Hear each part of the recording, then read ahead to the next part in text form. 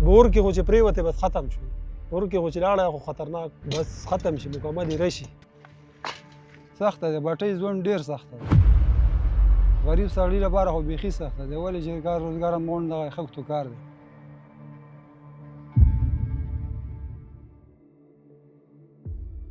وبه ګرځېدو هماغسې برکتي روپۍ وې.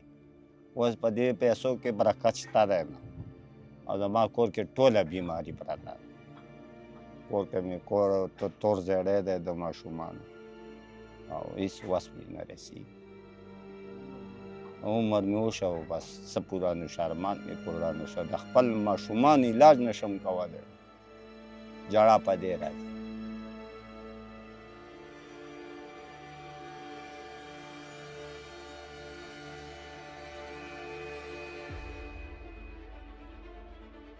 आज मुझे अपनी टीम के साथ ईन पट्टी के इलाके का विज़िट करने का मौका मिला, जहां पर हम राशन फूड पैकेजेस सर्वे के लिए गए थे।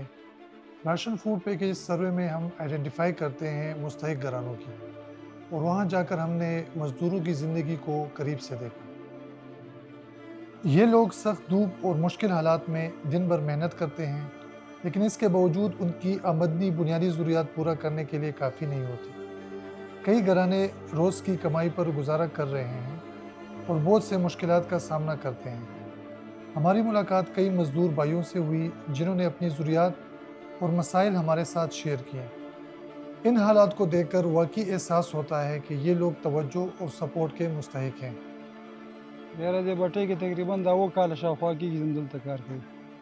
نو غریبي ده بچي دي کور هم دا دې خبره بس دغلته مزدوري کوو پیشکیداري قرضداري اوس نو وخت دغه وخت د ځنډېواله به یو خوا نه ګټه او بل خوا نه خوره پیسو درک نشته د روپۍ درک نه لرو قرضداري مشکله ده مشکله دې بټۍ کې به څه اسانه خښتې وایي دا څه اسانه خو نه ده سخت کار ده نو سخت کار ده یوه خبره په دې سره ګرمۍ کې لګیا یي ورځې 2-3 جوړې بدلوو کالم لامده خېشته یي زر په زر خښته وو عادتونه کېږي چې مغیله کور خوراکه پې پوره شي نور بچت پکې نشته پیسې نو بس یو زیارت بل زیارت راکوي نو لکه څومره چې ولي که 1000 هم ولي که 10,000 هم ولي که 15,000 هم ولي هغه راته راکوي سیوا خو نشته